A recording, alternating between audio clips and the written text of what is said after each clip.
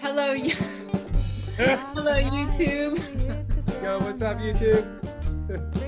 How you guys doing today? How you guys doing? Hey, Yins guys. Tuesday, so that means episode 3, Wolfpack Chat. Today we're gonna be a little bit loosey-goosey.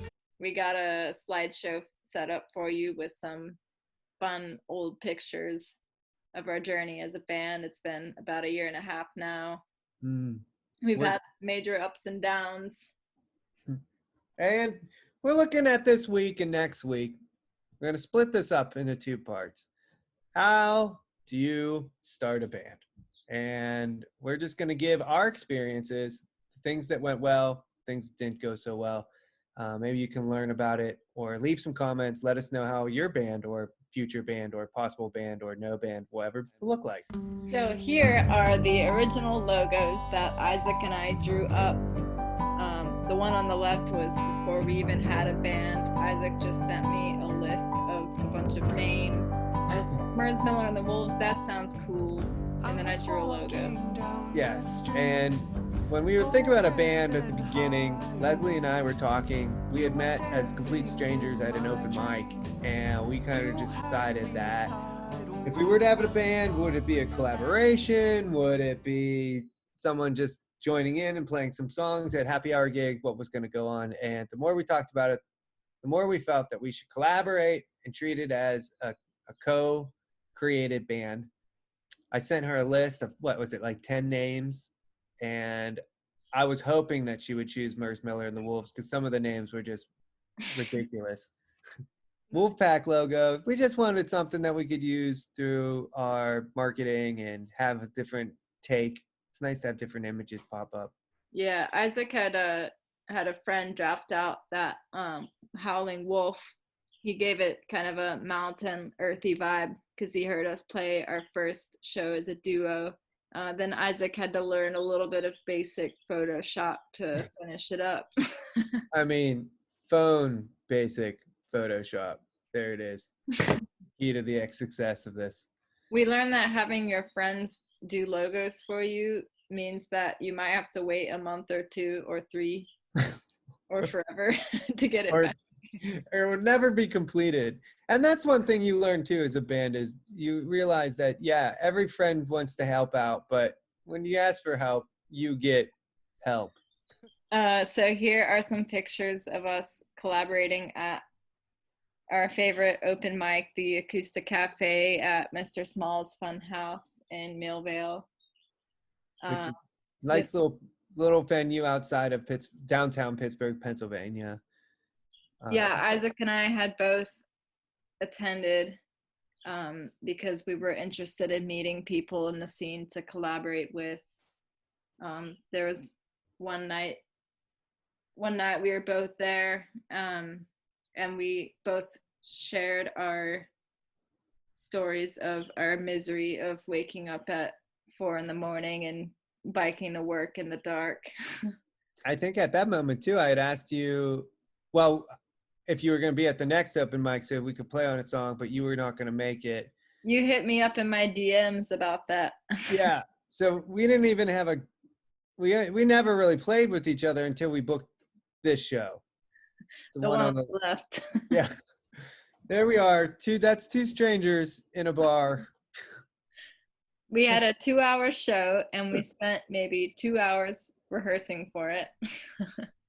The idea was maybe that you just kind of trusted. We both had seen each other at the open mic. We knew that 2 solid musicians, and it was nice because it was nice to see someone that would just go for a 2-hour gig and not know what the heck was going to happen. And we pulled it off. And actually, it was a really packed house that night at that pub. Way more packed than we probably expected or hoped. Yeah. Oh, definitely. And we definitely had lyrics written on scratch papers. Leslie's banjo broke a string as we were getting ready for the show, so she played the banjo with 1 less string.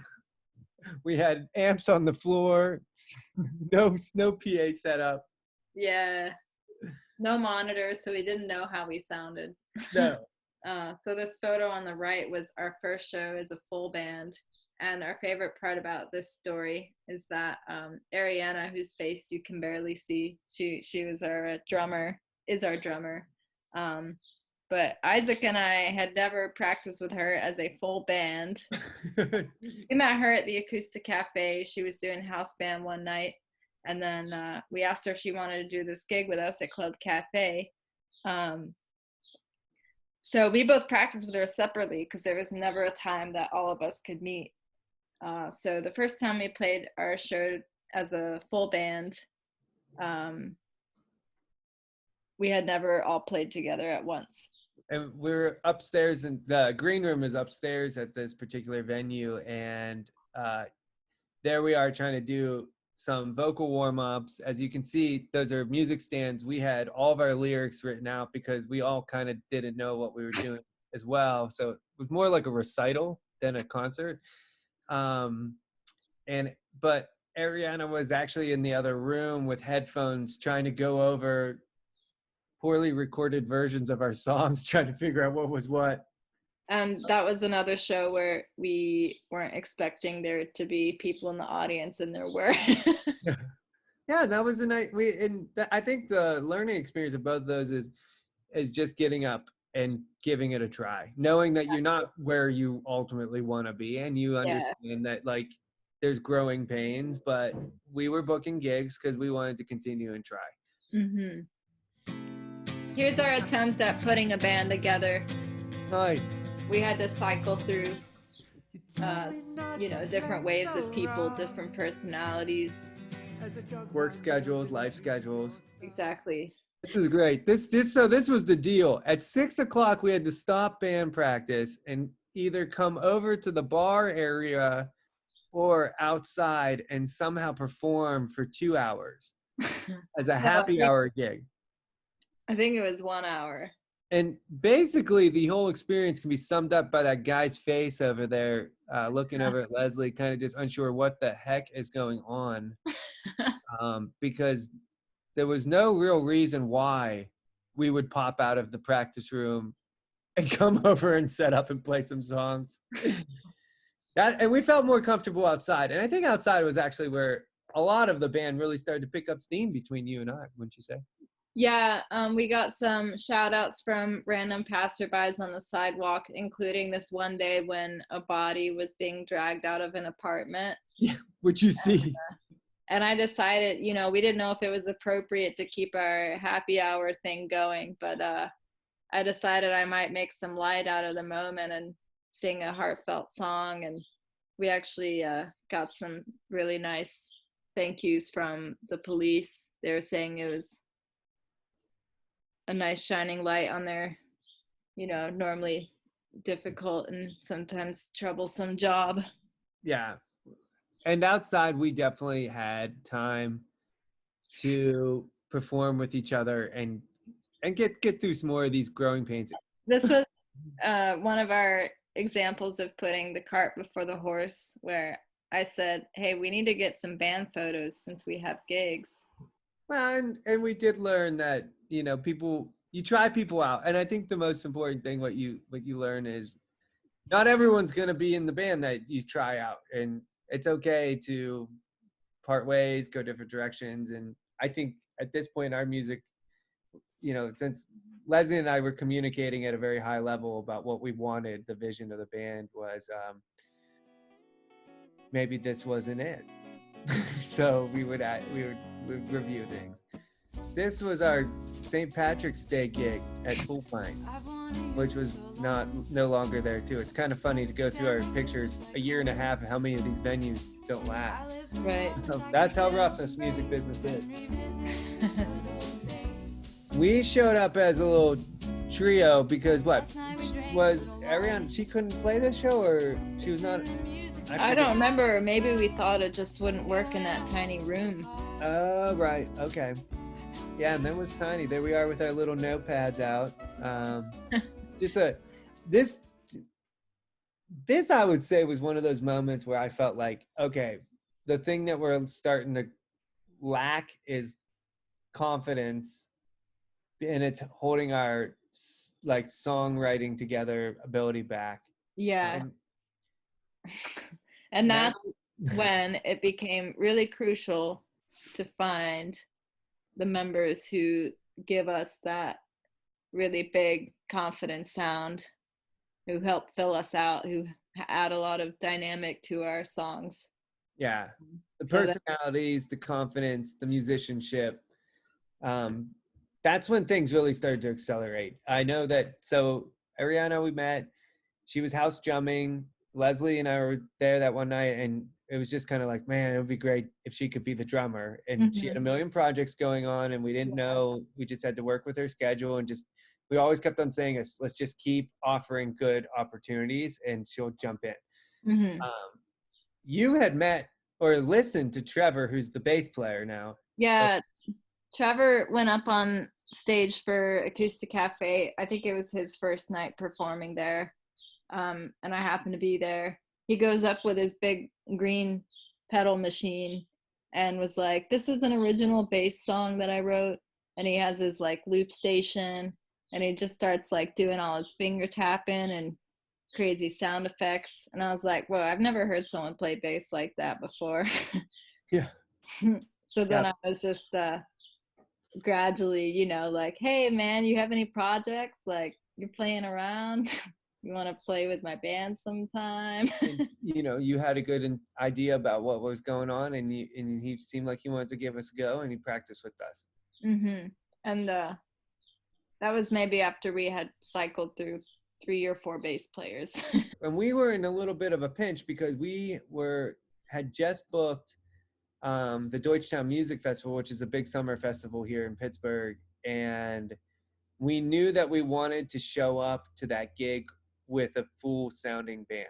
I just knew by the time it was happening, we would. We had no other option. When Isaac was still our bass player. When I would double duty. The most nervous I've ever seen Isaac is when we were performing as a duo at the open mic one night, and he brought his bass. And he had just like sketched out a bass line for one of the songs that we performed. And he was like, "I'm gonna play bass tonight." And I was like, "What should I play?" So I found the world's worst djembe in like the side room. And we went up and made some pretty nervous sounding sounds. Nervous sound. Yes, very nervous. And that was nice to see that we could at least expose ourselves as what we're both exploratory, and we want to just try to get up there and do it. And I was very nervous because I think it's those moments when you're most uncomfortable in a performance that you're probably growing the most.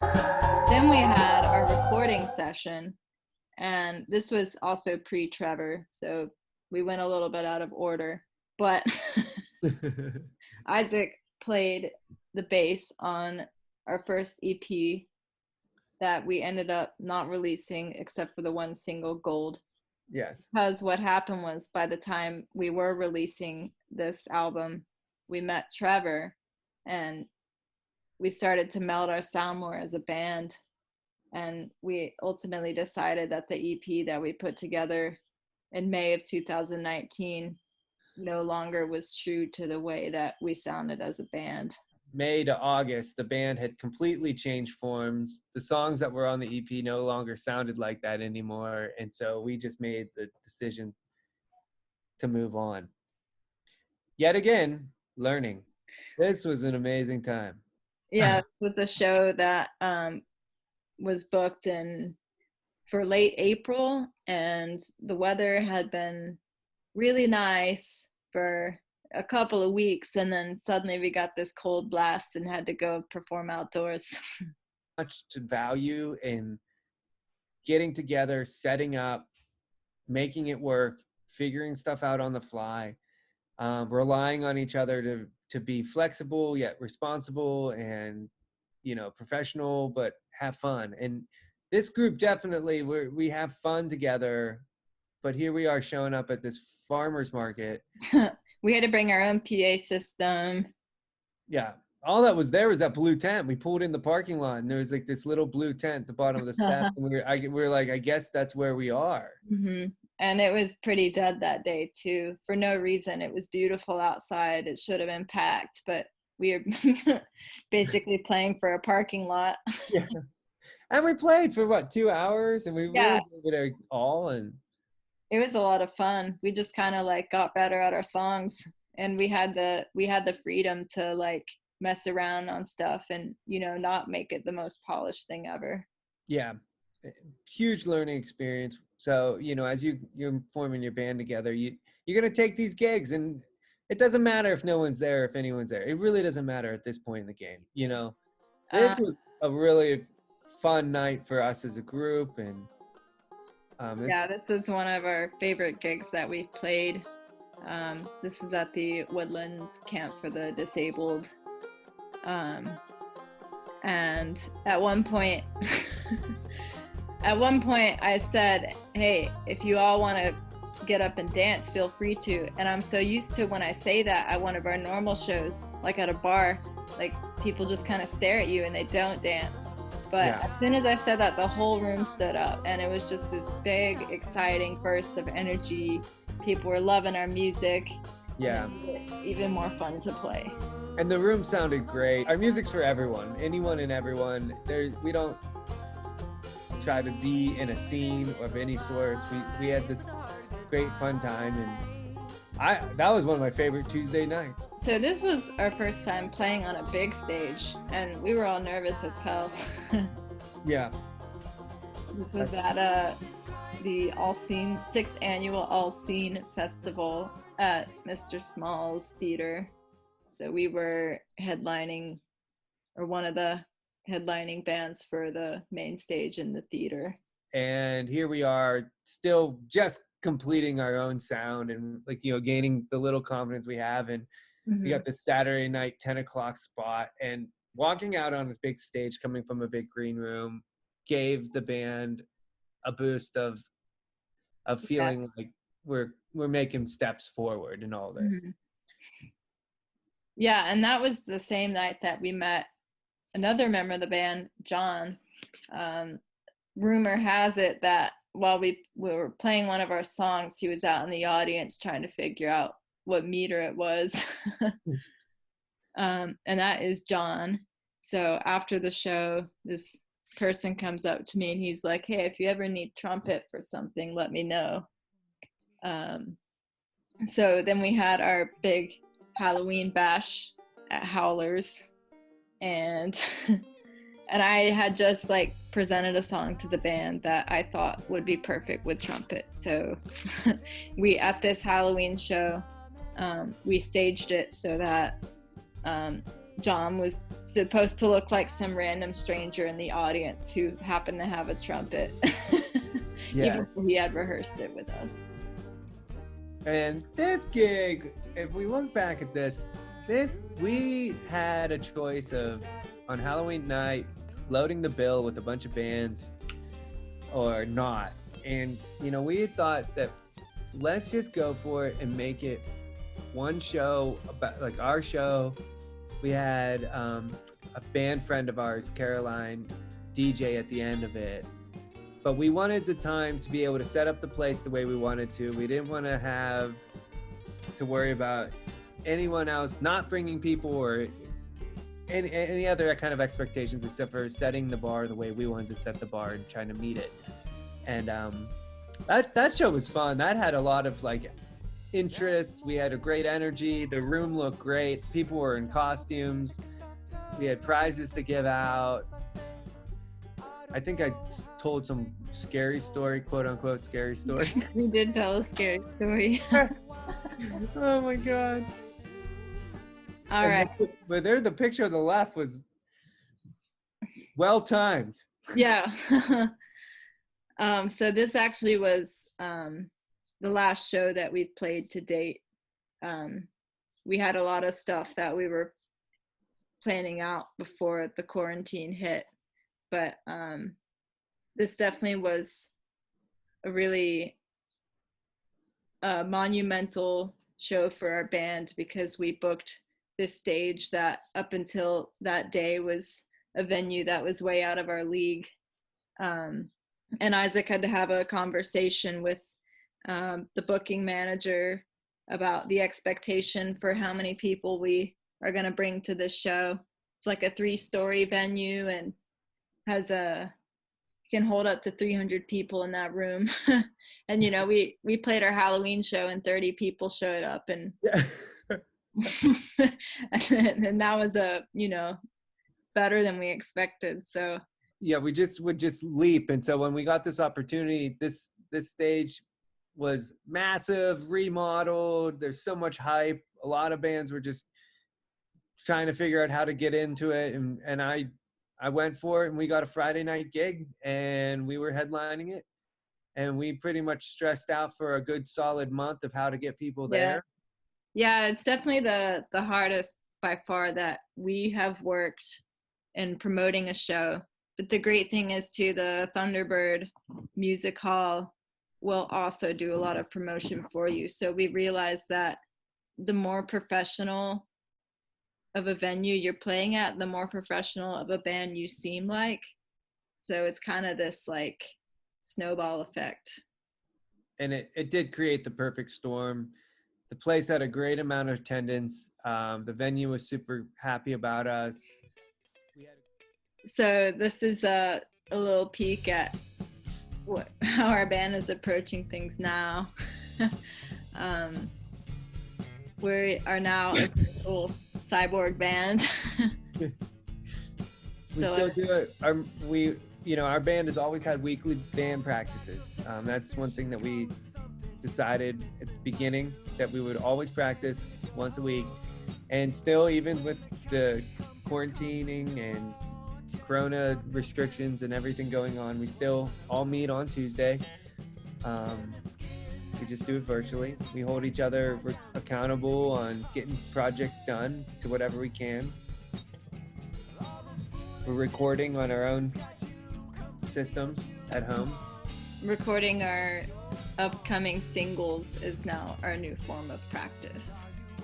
So we're still holding ourselves and each other accountable for improving our performance of things, even though we can't all be together in the same room. And it's another added piece to the puzzle. I mean, you have to be able to continue to communicate, adapt, keep working towards goals that you can, and learn what you can do to stay relevant and work at it. You can check out some of our songs. The Wolf is out officially on Spotify, and a link down below in YouTube land, and give it a check out. That's our first release in the quarantine times. Yes. You gotta tell us about this logo. Yeah, this was designed by my sister. The original version was actually a wood carving, and she painted it with, I think, oil paint and printed it onto the canvas. And then I asked her to do a digital design because I think it's amazing. And now we're in the process of ordering stickers with this design. Mm-hmm. And we want to create other merchandise with this design as well. And that's kind of up to speed. This is the icing on the cake.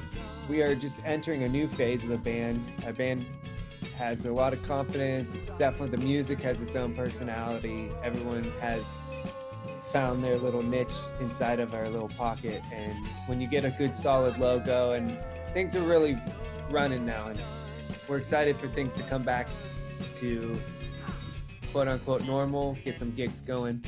And that's it. That's kind of some pictures. That was fun to go down through all those. Yeah, thank you so much for tuning into our walk down memory lane.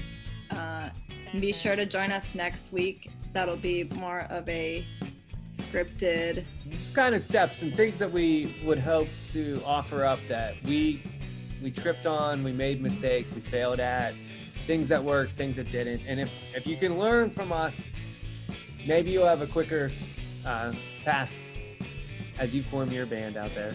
Yeah, maybe you can avoid making some of the mistakes that we did. Yeah, because there's not a lot of information out there. So you just got to learn, and you got to try, and you got to put yourself out there. But we will give you a breakdown of what we learned on our little journey, and we're excited for you to check it out. Leave your comments below, please. And subscribe to our channel. subscribe to the channel, whatever side that's going to be on. I never get that right anyway. And check out The Wolf below. Give it some comments. Let us know what you think about our quarantine home recording. We all did it on our own digital audio workstations, and it was mixed by Leslie over here and mixed, I guess, further, or kind of. Yeah, mastered. Mixed, mastered. But there's with Ariana Drums. from the drum point of view, and we're slowly going to be putting more and more music out. So leave your comments, tell us what you're thinking, tell us about your, maybe link us up to one of your websites for your bands. We want to know about what your journey's like. It's interesting, and if you're out there doing it, keep on doing it. Woo-hoo! Oh!